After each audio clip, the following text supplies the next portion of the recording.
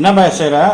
இது வந்து பேச்சுலரா இருக்கிறவங்களுக்கு வந்து ஈஸியா வந்து பாத்தீங்கன்னா பிரியாணிக்கோ இல்ல ரைஸ்க்கோ சப்பாத்திக்கோ இட்லிக்கோ தோசைக்கோ ரெடிமேட்டா அவங்க வந்து பாத்தீங்கன்னா பேச்சுலர் இருக்கிறவங்க சிட்டில இருக்கிறவங்கலாம் வந்து கடைக்கு வந்து பாத்தீங்கன்னா ரெடிமேட் மாவு தோசை இட்லி செஞ்சுப்பாங்க. அவங்களுக்கு வந்து குயிக்கா வந்து பாத்தீங்கன்னா இது எல்லா டிஷ்ஷுக்குமே வந்து பாத்தீங்கன்னா இந்த கிரேவி ரொம்ப சூப்பரா இருக்கும். இது வந்து கிரேவி சொல்லலாம், சட்னி சொல்லலாம், அவ்வளவு அட்டகாசமா இருக்கும். அவங்களும் சாப்பிடணும்னு ஆசைப்படுவாங்கல்ல ரொம்ப. அது ஈஸியா செய்யறதுக்காக தான் நான் சொல்றேன். நான் வந்து பாத்தீங்கன்னா இது வந்து இஞ்சி பூண்டு பேஸ்ட் அரைச்ச ஜார் தான் இது, வேற ஒண்ணும் இல்ல. இப்ப இதுலயே வந்து பாத்தீங்கன்னா இதுல சொல்லிற மெஷர்மெண்ட் வந்து பாத்தீங்கன்னா தக்காளி வந்து ஒரு 2.5 தக்காளி, 1.5 வெங்காயம் எடுத்திருக்கேன், ஒரு 3 வந்து பாத்தீங்கன்னா பச்சை மிளகாய் வந்து ரெட் சில்லி வந்து எடுத்திருக்கேன். இது வந்து பாத்தீங்கன்னா ரெட் பச்சை மிளகாய் ஒரு 3 கட் பண்ணி எடுத்திருக்கேன். காரத்துக்கு அவங்கவுங்களுக்கு தேவையோ அந்த மாதிரி வந்து காஞ்சி மிளகாய் கூட சேர்த்துக்கலாம். அது அவங்கவுங்களுடைய விருப்பம் தான். நான் வந்து இது கொஞ்சம் பழுத்த மிளகாயா இருக்கிறதுனால இது சேர்த்துக்கலாம். மிளகாய் தூள் வந்து கம்மி பண்ணிக்கலாம் சொல்லிட்டு தான். இதெல்லாம் வந்து பச்சையா வந்து நம்ம போட்டு அரைச்சிட்டு வந்துருவோம். வதக்கதெல்லாம் இல்லை, இதை நம்ம அரைச்சிட்டு வந்து பார்க்கலாம் எப்படி செய்யறோம் சொல்லிட்டு. இப்போ வந்து அடுப்பு ஆன் பண்ணியாச்சு. நான்ஸ்டிக் ஃபேன் வச்சிருக்கேன் நான். இப்போ நம்ம இதை அரைச்ச விழுத வந்து சேர்த்துக்கலாம். ரொம்ப ரொம்ப ஈஸி வந்து பாத்தீங்கன்னா ஃபர்ஸ்ட் மூடி போட்டுருவோம், அதுக்கப்புறம் பார்த்துக்கலாம். இது ரொம்ப ரொம்ப ஈஸி தான். அதனாலதான் பேச்சுலருக்கு வந்து பாத்தீங்கன்னா இது சீக்கிரமா நம்ம வச்சுக்கலாம். இப்போ நம்ம அரைச்சது விழுத வந்து சேர்த்தாச்சு. இப்போ லைட்டா மட்டும் ஒரு 1/4 டீஸ்பூன் வந்து மிளகாய் தூள் ஆப்ஷன் தான், வேணும்னா சேர்த்துக்குங்க, இல்லை ஸ்கிப் பண்ணிடுங்க. நம்ம ஆல்ரெடி இஞ்சி பூண்டு பேஸ்ட்ல அரைச்சதுனால அதில் இஞ்சி பூண்டு பேஸ்ட் அந்த ஜார்ல இருந்ததுனால நம்ம கொஞ்சம் சேர்த்துக்கலாம். 1 ஸ்பூன் எடுத்துங்க. உங்களுக்கு எவ்வளவு காரம் தேவையோ அந்த அளவுக்கு நீங்க வந்து எடுத்துக்கலாம். அதுக்கப்புறம் வந்து பாத்தீங்கன்னா பிரியாணி மசாலா இல்ல சிக்கன் மசாலா எந்த ஒரு நான்வெஜ் மசாலா இருந்தாலும் எதுவும் சேர்த்துக்கலாம், ஆட் பண்ணிக்கலாம். இது மேல ஒரு 1.25 ஸ்பூன். இது நார்மலா எல்லார் வீட்லயும் செய்வாங்க, இந்த மாதிரி ஹோட்டல்ல ரெஸ்டாரண்ட்ல பண்ணுவாங்க. ரெஸ்டாரண்ட் ஸ்டைல் தான் இது வந்து பாத்தீங்கன்னா ரொம்ப ஈஸியா வந்து ஒரு 15 நிமிஷம் அதுக்கு மேல வந்து இதுக்கு வந்து டைம் எடுத்துக்காது. இப்போ வந்து பாத்தீங்கன்னா கல் உப்பு வந்து சேர்த்துக்கலாம் தேவையான அளவுக்கு. இது எதுக்காகன்னா 15 நிமிஷத்துலயே வந்து பாத்தீங்கன்னா பேச்சுலருக்கு இது சிக்கன் மசாலா மட்டனுக்கு பிரான்ஸ்க்கு நண்டுக்கு எல்லாத்து மாதிரி நம்ம வந்து இது மாதிரி மசாலா பண்ணிட்டு நம்ம வந்து சேர்த்துக்கலாம், ஆட் பண்ணிக்கலாம். வந்து பாத்தீங்கன்னா இது கூட வந்து பாத்தீங்கன்னா ஒரு பிஞ்ச் அளவுக்கு சுகர் வந்து சேர்த்துக்கிறோம்.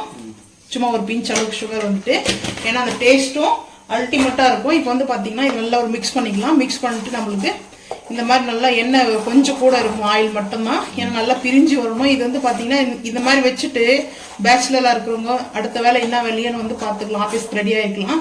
இது நல்லா வந்து பாத்தீங்கன்னா குக் ஆயிடும்.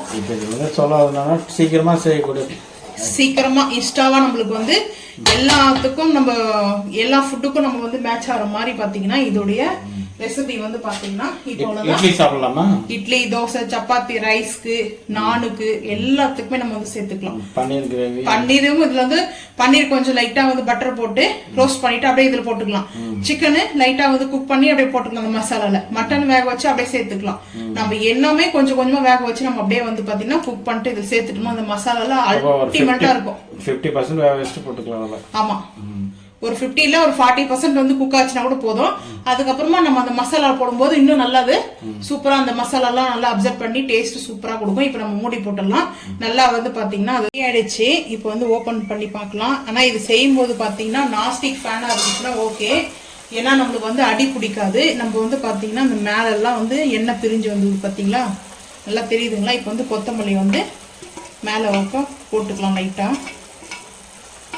கொத்தமல்லி வேணும்னா சேர்த்துக்கலாம், வேணும்னா ஆப்ஷன் தான். இப்போ நல்லா வந்து பாத்தீங்கன்னா இந்த மாதிரி ஒரு மிக்ஸ் பண்ணிட்டு இதுல விரால்லாம் செஞ்சோம்னா சூப்பரா இருக்கும். விரால் தூக்கெல்லாம் வந்து பாத்தீங்கன்னா இந்த மாதிரி நம்மளுக்கு வந்து ஒட்டாம வரணும்னா நான்ஸ்டிக் பேன் தான் வேணும்.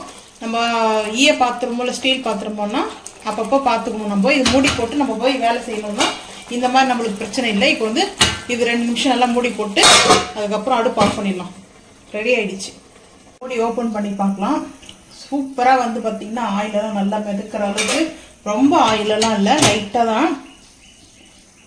இருக்கு பாருங்க. ஆயில் வந்து பாத்தீங்கன்னா இந்த மாதிரி தான் இருக்கும். மசாலா வந்து பாத்தீங்கன்னா சூப்பரா இருக்கும். இது வந்து எல்லா நான்வெஜ்ஜுக்கும், பன்னீருக்கு மஷ்ரூமுக்கு நம்ம வெஜ் நான்வெஜ் எல்லாத்துக்கும் யூஸ் பண்ணலாம். நீ கேட்கலாம் புரோட்டாசி மசாலா நான்வெஜ் இல்லை வெஜ்ஜு கூட நம்ம வந்து யூஸ் பண்ணிக்கலாம்.